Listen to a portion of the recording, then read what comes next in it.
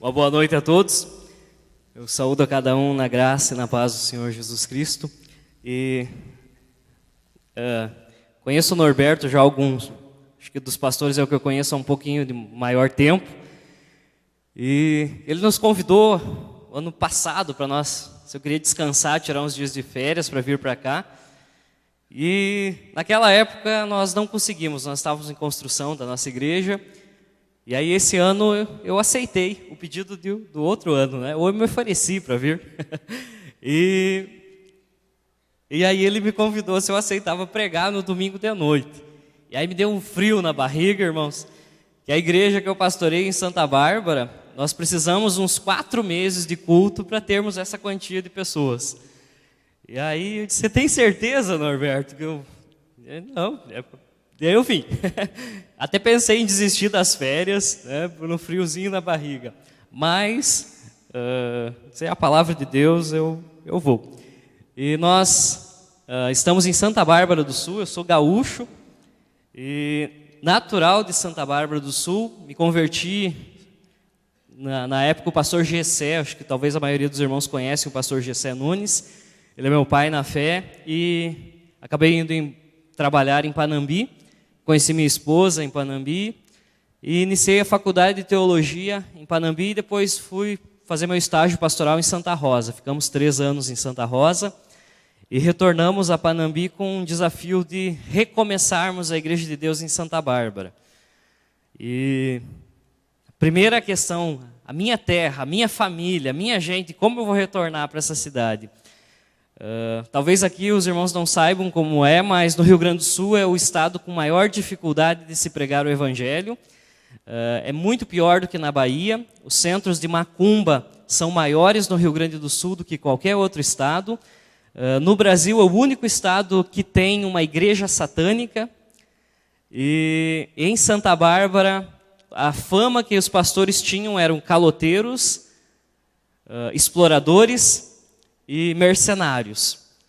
E aí, dizer, será que é para mim voltar mesmo para isso? Eu sou técnico em refrigeração e tive a melhor proposta de salário da minha vida para mim trabalhar em uma outra cidade, em Condor, entre Panambi e Condor. E eu orei e Deus disse, vai para Santa Bárbara, recomeçar. Nessa oração eu pedi, será que é o Senhor mesmo? E acabamos aceitando, então, o desafio de irmos para lá e começarmos um trabalho que chama-se Ministério Bivocacionado.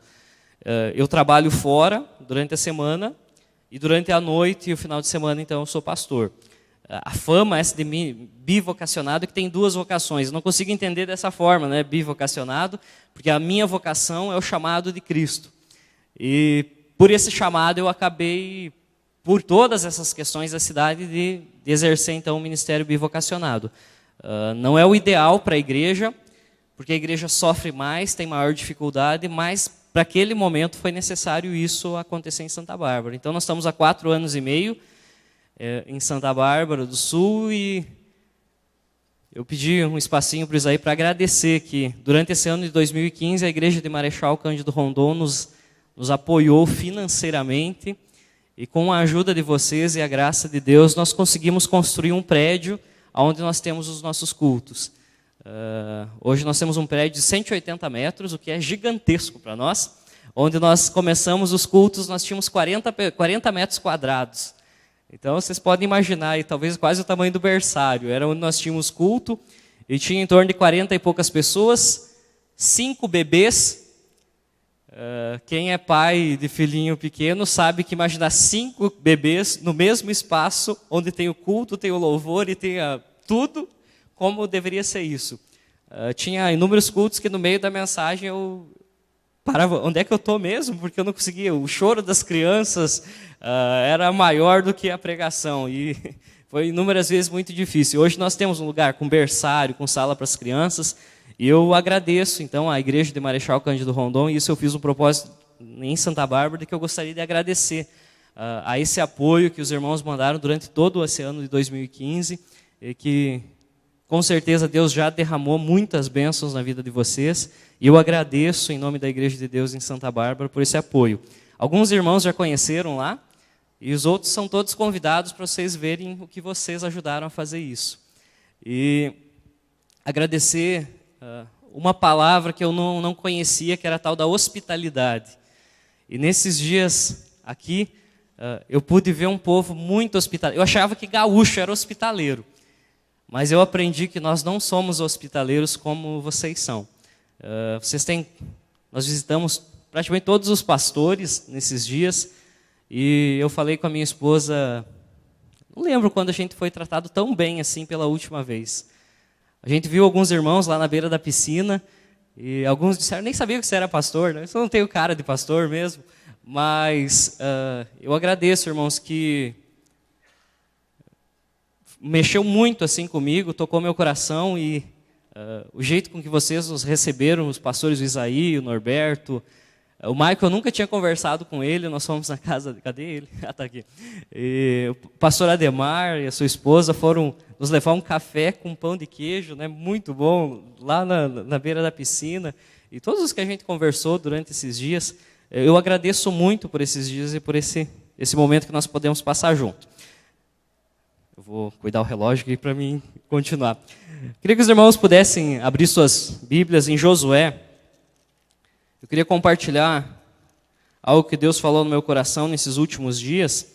E eu fico sempre imaginando que no final do ano e o início do ano talvez são as épocas mais difíceis para nós. E pela crise, pela situação que o Brasil está passando, muitas pessoas desanimam. Eu estava conversando hoje com o Norberto, um amigo meu lá em Santa Bárbara, um irmão da Assembleia de Deus, cometeu suicídio no dia 18 de dezembro.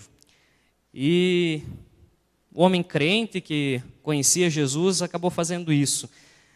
E eu fico imaginando quantas pessoas às vezes estão dentro das igrejas, estão perto de nós, estão numa situação tão desanimadora que perderam a sua esperança e a sua fé em Cristo. O meu desejo é que ninguém esteja nessa situação.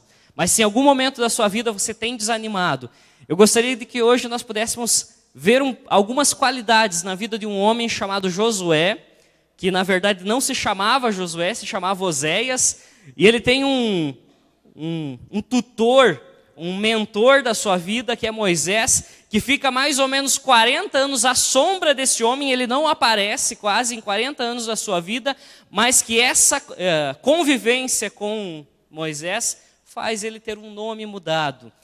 Oséias é aquele que deseja a salvação, ou desejo de salvação, para ter o nome de Josué. O Senhor é quem salva.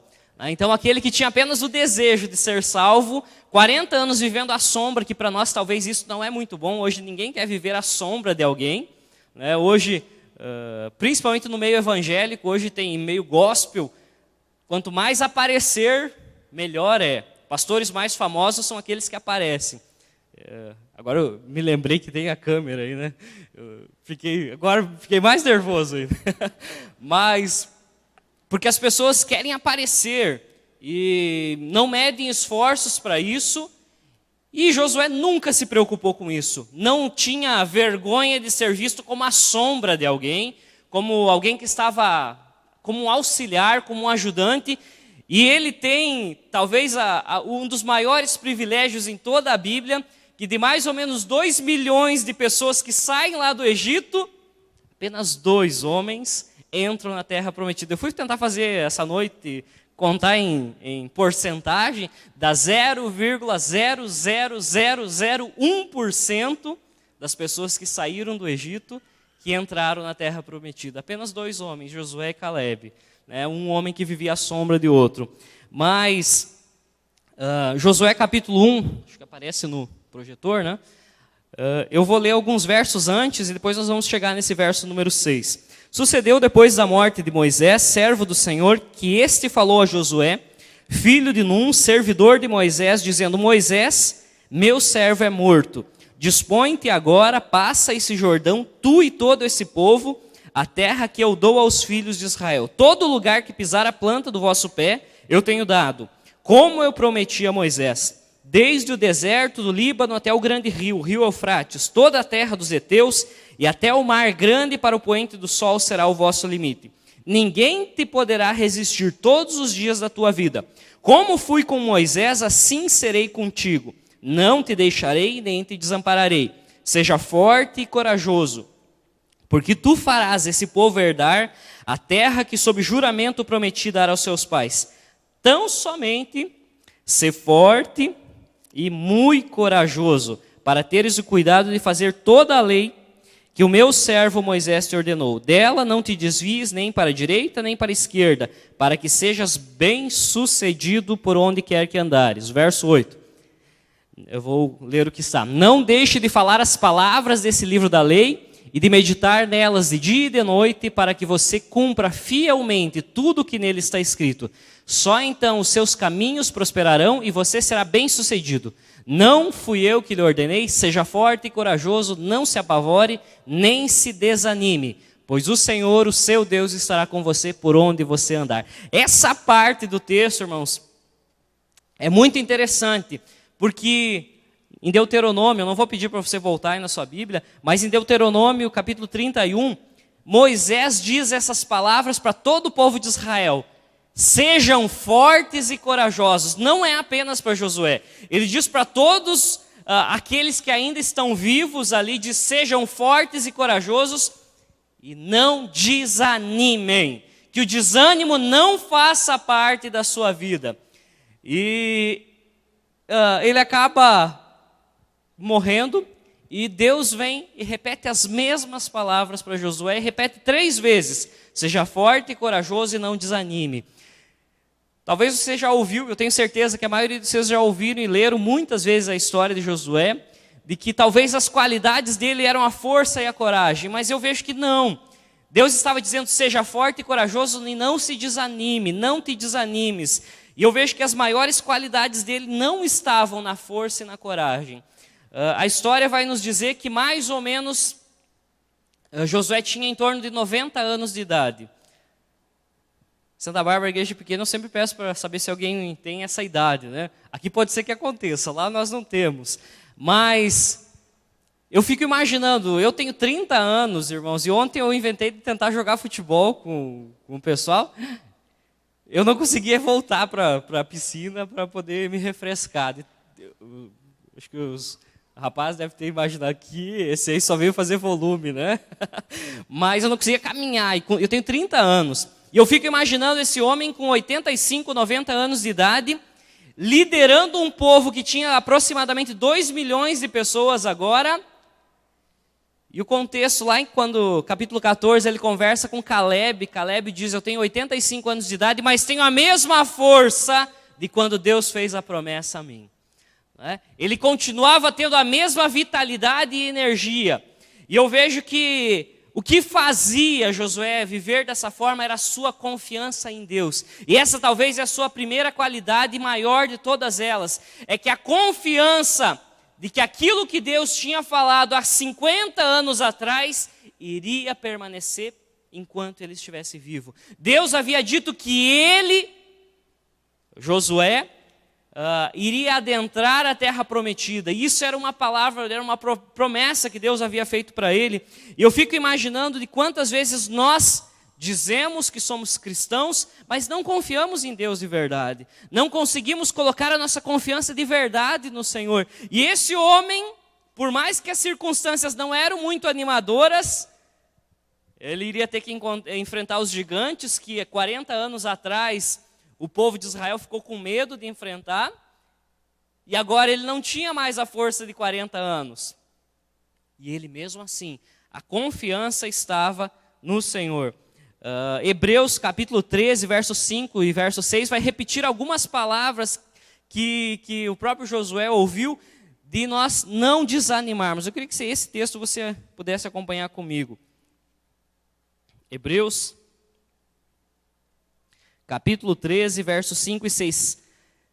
Seja a vossa vida sem avareza, contentai-vos com as coisas que tendes, porque ele tem dito. Parte B. De maneira alguma eu te deixarei, nunca jamais te abandonarei. Assim afirmemos confiantemente, o Senhor é o meu auxílio, não temerei, e o que me poderá fazer o homem? Ele diz com tanta confiança, o autor de Hebreus, de que a sua confiança era em Deus, porque Deus disse: nunca, jamais eu te abandonarei. Você crê nisso, irmãos, e que essa palavra de Deus não é apenas para o povo de Israel, mas que a promessa permanece até hoje de que Deus jamais nos abandonaria. O livro de Romanos é fantástico, porque Romanos capítulo 8, ele repete essas palavras, de que o que poderá nos separar do amor de Deus, nem a morte, nem a vida, nem principados, nem potestades, nada pode nos separar do amor de Deus. E nós continuamos teimando e não confiamos nele. E ele diz que a sua confiança estava nele. Uma segunda qualidade, irmãos, Josué capítulo 3, verso 5, que eu vejo tão necessária nos dias de hoje.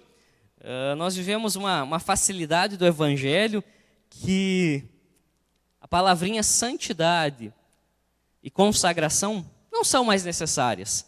E uma das qualidades que Josué tinha eram isso. Capítulo 3, verso 5. Disse Josué ao povo: santificai-vos, porque amanhã o Senhor fará maravilhas no meio de nós. Isso é antes deles atravessarem o Rio Jordão.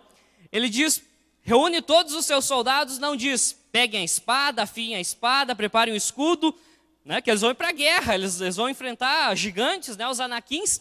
E ele diz: antes disso, se consagrem a Deus, se santifiquem, se consagrem a Ele, porque a partir disso, Deus vai fazer maravilhas. E essa talvez é uma das qualidades tão importantes que nós não vemos mais hoje na igreja. Hoje se buscam pregadores que tenham uma boa eloquência, que preguem bem, que tenham um bom domínio de público, que consiga fazer com que as pessoas repitam as palavras. Não sei se aqui vocês fazem, acredito que não, né? Eu tenho pavor de quando eu vou em um culto e o pastor: diga isso para o teu irmão, diga aquilo. Não sei se vocês gostam, né?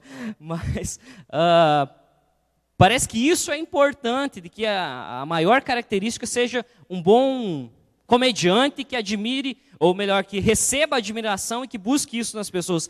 E aqui Josué demonstra isso, que é o oposto, é viver uma vida santa. Uma das maiores qualidades que Josué tinha é que quando ele vivia à sombra de Moisés, ele via Moisés como um homem dedicado a Deus e santo, e consagrado a Ele. E isso, irmãos, nós precisamos viver na nossa vida, indiferente se somos líderes ou não, vivermos uma vida consagrada a Ele, vivermos uma vida dedicada a Ele. Vários textos, Levítico é um livro cheio de regras, mas no mínimo umas 12 vezes ele diz: sejam santos porque o Senhor é santo. Inúmeras vezes o livro das regras, que é chato da gente ler, ele diz: vivam uma vida consagrada. A terceira qualidade que eu vejo em Josué está no capítulo 10, e que eu acho um dos textos mais fantásticos do livro da história de Josué, capítulo 10, verso 12. Então Josué falou ao Senhor no dia em que o Senhor entregou os amorreus nas mãos dos filhos de Israel, e disse na presença dos israelitas: Sol, detém-te em Gibeão, e tu, lua, no vale de Aijalon. E o sol se deteve e a lua parou, até que o povo se vingou dos seus inimigos. Não está escrito isso no livro dos justos, ó sol?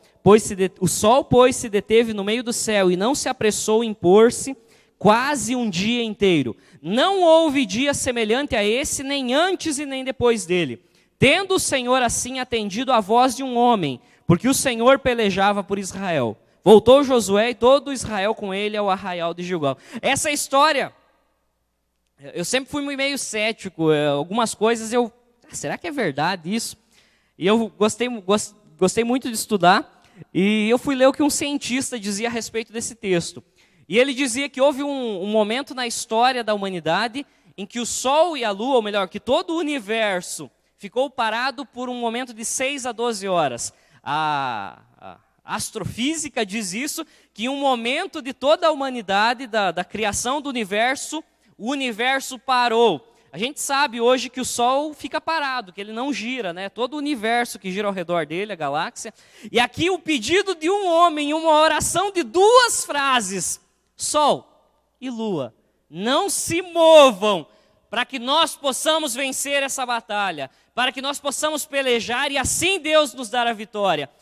Eu fico imaginando a fé que esse homem tinha, de que ele acredita em algo impossível. Você crê que ao pedido seu, todo o universo, todo o cosmos vai parar? Você consegue imaginar isso? Eu fico doido pensando nisso, e quando eu estava lendo em casa, me dá uma vontade, assim, eu sou meio espalhafatado, assim, me dá um negócio, uma gastura, né? Me dá um negócio dentro da minha barriga, de imaginar de que ao pedido de um homem, Deus faz com que todo o universo pare. E eu vejo quão distante a minha fé está desse homem, de que ele acreditava de que o impossível pode acontecer. Perdão da forma de eu me expressar, mas às vezes a gente tem uma flatulência, né? Um gás atravessado na nossa barriga e nós achamos Deus nos abandonou. Eu não consigo mais viver porque Deus se esqueceu de mim. Esse homem está no meio de uma guerra, no meio de uma batalha, e ele diz: Deus, não mata eles, porque somos nós que vamos enfrentá-los. Não faça isso por mim, mas simplesmente me dê um dia maior para que nós possamos vencer. Eu fico imaginando que muitas vezes nós vemos a igreja brasileira, isso me entristece muito, de que nós vemos crentes orando para que fulano morra, orando para que alguém se dê mal, para que o seu chefe não perceba os erros que fez no trabalho, em vez de orar para que ele possa fazer o melhor. Josué orou simplesmente para que Deus desse circunstâncias para ele fazer aquilo que era o melhor para ele e para o povo de Israel. A quarta qualidade que nós podemos perceber na vida de Josué já está lá no final da sua vida, já quase concluindo. Capítulo 24 de Josué. Eu creio que aqui tem bastante irmãos de cultura alemã, e em Santa Bárbara não tem, né? Nós somos brasileiros, e nós temos um grande problema lá, de que as pessoas não cumprem com as suas palavras. Como eu trabalho fora, então eu tenho refrigeração, eu vivo na casa das pessoas, faço concertos, e o meu propósito é de quando eu vou na casa de alguém, eu pelo menos convido para ir no culto. E então eu já ouvi promessas: não, nesse domingo a gente vai, não, no próximo a gente vai, e não vão, né? As pessoas não cumprem as suas promessas. Povo de cultura alemã, minha esposa é de origem alemã, então eu já vejo que é uma realidade muito diferente. Mas eu vejo isso acontecendo no meio evangélico, de que as pessoas não cumprem mais a sua palavra, e o seu sim não é mais sim, é talvez um talvez. E esse Josué, no capítulo 24, ele diz, verso 14: agora, pois, temam ao Senhor e sirvam com integridade e com fidelidade. Deitai fora os deuses aos quais serviram os vossos pais, da além do Eufrates e no Egito, e servi ao Senhor. Porém, se vos parece mal servir ao Senhor, escolham hoje a quem sirvam. Se aos deuses a quem serviram os vossos pais, que estavam além do Eufrates, ou aos deuses dos amorreus, em cuja terra habitais. Eu e a minha casa, porém, serviremos ao Senhor. Josué com mais ou menos 110 anos de idade, já está no fim da sua vida, o finzinho do capítulo 24 vai acontecer a morte dele, mas ele reúne o povo, talvez como seu último discurso, e diz: nós estamos na terra prometida, nós recebemos a herança que Deus nos prometeu. Vocês viram, e os pais de vocês viram, tudo aquilo que Deus fez. Mas se para vocês não parece bom servir a Deus, sirvam quem vocês quiserem. Porém, eu e a minha casa vamos servir a Deus. Eu e a minha casa serviremos ao Senhor. E eu vejo que talvez a qualidade mais presente agora no final da vida de Josué, ela que ele não mudava de ideia no meio do caminho. Ele permanecia com a sua convicção. Hoje, nós vimos as pessoas mudarem. Há uns 5, 6 anos atrás, eu li uma pesquisa que dizia o tempo de conversão dos brasileiros. A média de conversão, de tempo de permanecer dentro de uma igreja convertido, é de 4 a 6 anos. Eu creio que aqui tem irmãos que têm muito mais tempo do que 4, 6 anos de conversão. Mas a média brasileira é essa, das pessoas permanecerem apenas um tempo convertidos e depois abandonam. Josué permaneceu 110 anos e não abandonou o Senhor. Nós vivemos uma época de uma geração em cima do muro, principalmente talvez os jovens da nossa idade. Uma coisa que eu tive há 13 anos atrás aqui em Marechal, com o pastor Gessé e um grupo, eu tenho uma dificuldade que eu não lembro nomes das pessoas, mas a fisionomia eu não me esqueço. E eu lembro que eu vi vários jovens naquela época, que eram da minha idade, que hoje permanecem na igreja.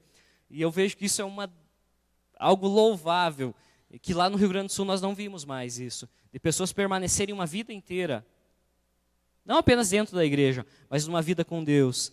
E hoje eu posso ver que tem alguns irmãos, cabelinho mais branco, e isso me dá uma sensação muito boa, de que é possível viver uma vida inteira dedicados a Deus.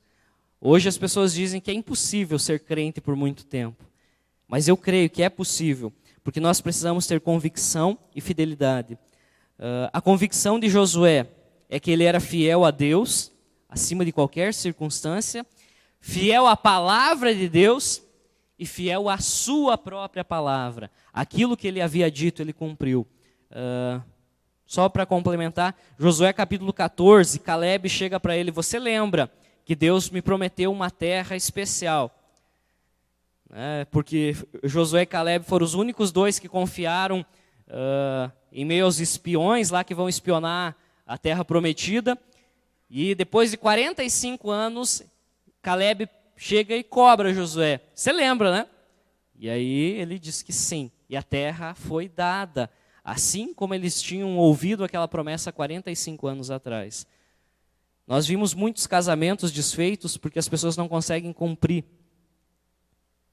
Eu lá em Santa Bárbara, quando faço casamento, eu faço a troca de votos e peço para fazer lá, de que promete permanecer casado até que a morte separe. Não sei se os pastores fazem isso, mas eu faço, porque lá é normal as pessoas estarem no terceiro, quarto casamento e virem pedir para o pastor fazer mais um.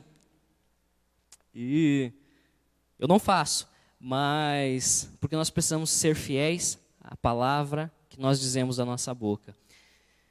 Para concluir, queridos, eu quero deixar que é possível nós vivemos uma vida santa, uma vida reta, uma vida íntegra, mesmo em que todo mundo que esteja ao nosso redor não creia mais que isso é possível. Josué viveu 110 anos com uma vida muito abençoada. E ele creu que quando Deus disse para ele não temer, né, não desanimar, ser forte e corajoso, que Deus, aonde ele colocasse a planta dos pés dele, Deus faria prosperar ou abençoar. E eu desejo isso para a vida de cada querido, de que você possa crer realmente que o impossível pode ser possível quando nós confiamos nele, de que todas as coisas cooperam para o bem daqueles que amam a Deus, Romanos nos diz isso, mas de que Deus está sempre no controle. Essa canção que foi cantada da Vineyard, do Fabiano, ela diz que eu só tenho a ti. Muitas vezes a gente acha que quando a gente só tem uma coisa, é o resto. E eu creio que quando nós temos somente Cristo, nós temos tudo o que nós precisamos. Não precisamos de mais nada. E o meu desejo é que você possa crer de que você tem tudo o que você precisa, que é Cristo. Eu queria encerrar com uma oração. Eu queria que você fechasse seus olhos. E eu não sei quais são as qualidades que faltam, talvez, da sua vida, que nós vimos na vida de Josué. Eu sei que faltam em mim, que muitas vezes eu duvido, muitas vezes eu não creio no impossível, talvez preciso ver as coisas acontecerem para que elas se cumpram de verdade, mas eu sempre peço: Deus, me ensina a ver com os teus olhos. Se você gostaria de pedir a Deus algo nesse momento, peça a Ele. Se você precisa talvez se consagrar ainda mais, esse é o momento de dizer: Jesus, preenche todo o espaço que está em mim, para que eu possa crer que o Senhor é suficiente. Eu não preciso de nada mais além de Ti. Santo e poderoso Deus, eu tenho certeza que o Senhor está aqui, ó Pai.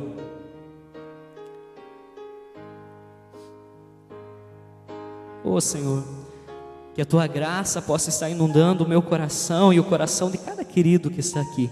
Que nós possamos a cada dia, Senhor, crescermos no conhecimento de Ti, Senhor, da Tua graça, das Tuas bênçãos sobre nós, mas que acima de tudo nós possamos crescer na nossa vida de santidade com o Senhor. Nos ensina, Pai, a crermos no impossível, nos ensina a sermos fortes e corajosos e não nos desanimamos. Que nós possamos ver este mundo que está em decadência, em crise moral e espiritual, Pai, mas nós possamos ver a Tua igreja florescer, Senhor, a cada dia, Pai, e que as pessoas possam, ao ver o Teu povo, Senhor, como um povo vitorioso, não porque tem bens e porque tem dinheiro, Senhor, mas porque tem o mais importante nas suas vidas, que é o Senhor, ó Pai. Tu és, Senhor, aquilo que nós precisamos, nada mais, Senhor, nos é necessário quando temos o Senhor em nós. Abençoa a Tua igreja aqui em Marechal Cândido Rondon, Senhor, que cada pessoa que está aqui possa estar continuando sendo a bênção que és, e ainda mais, Senhor, que elas possam abençoar aqueles que estão ao redor delas, e esta cidade que talvez ainda não Te conheça, Pai, possa conhecer através da vida de cada um, Pai. Abençoa-nos, Senhor, no restante dessa noite, e dá-nos uma semana abençoada pelo Senhor, no nome de Jesus Cristo, Senhor.